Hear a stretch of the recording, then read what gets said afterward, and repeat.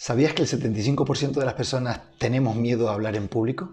¿Cuál es tu mayor miedo? ¿A la muerte? ¿A una enfermedad? ¿A la soledad? ¿A una guerra?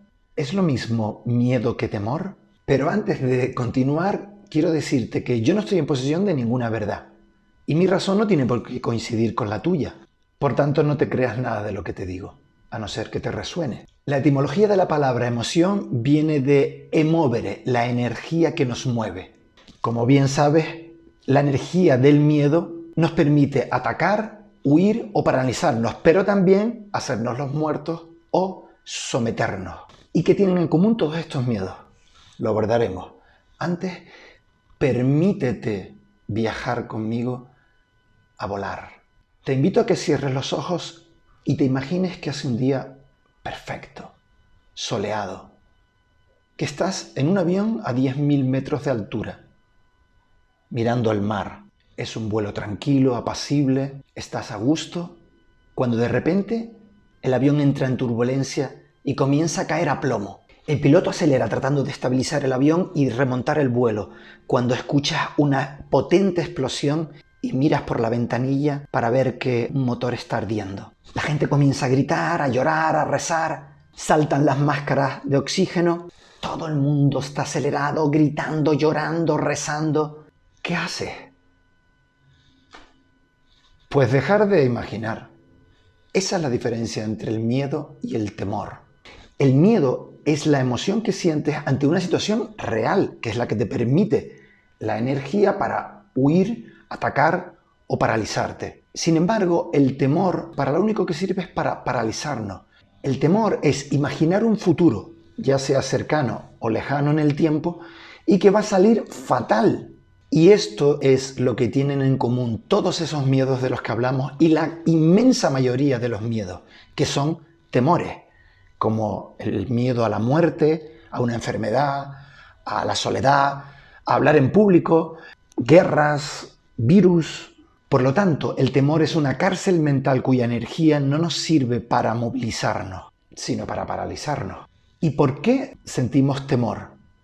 Por falta de confianza, ya que si yo me imagino ese futuro desde la confianza, no existe el temor. Por lo tanto, no hay que tratar el miedo, sino la confianza. ¿En qué? Primero en ti, la autoconfianza, la confianza en los demás y la confianza en la vida en general.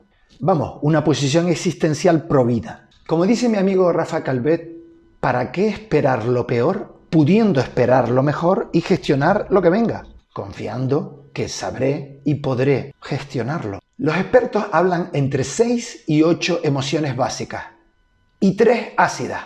Bueno, esto me lo he inventado yo. Estas 3 son emociones no naturales, son aprendidas, culturales, hechas para manipular a individuos, pueblos, naciones. Y funcionan correlativamente.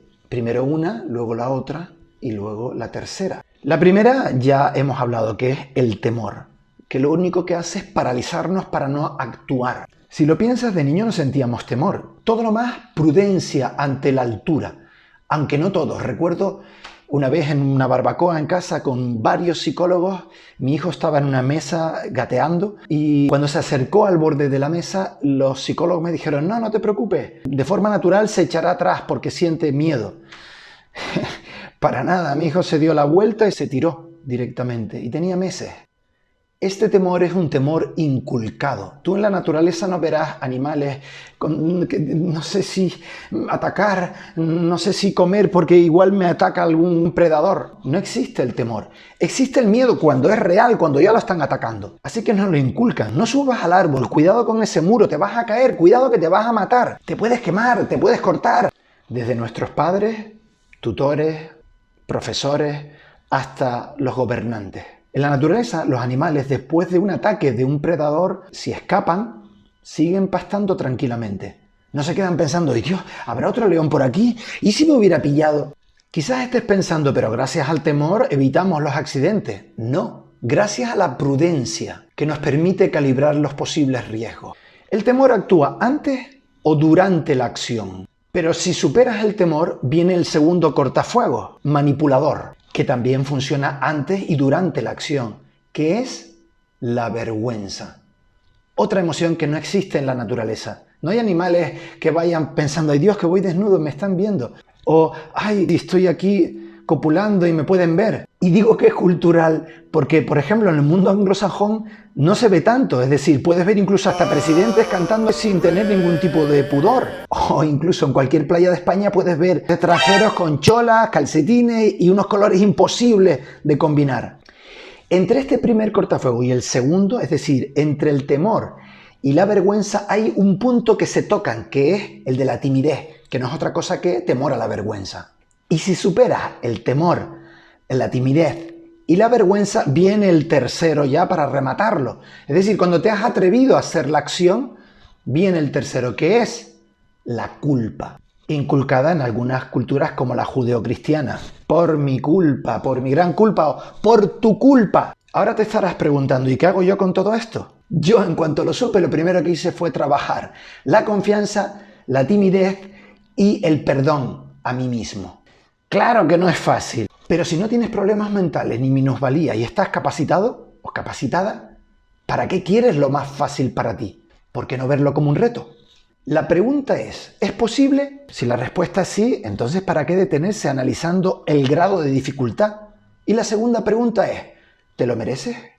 Soy Alejandro y esto es Viveando Vida, un espacio para la reflexión, para compartir, para el crecimiento personal, para la conciencia y para la acción, para una buena y armoniosa vida. Si sabes algo más sobre esto y lo quieres compartir, yo te lo agradezco, porque así también creceré yo. Si no estás de acuerdo, agradeceré también tus comentarios. Y si te gustó, ya sabes, suscríbete y así verás los próximos que ya tengo preparados para ti. Gracias por verlo, continuamos, un abrazo.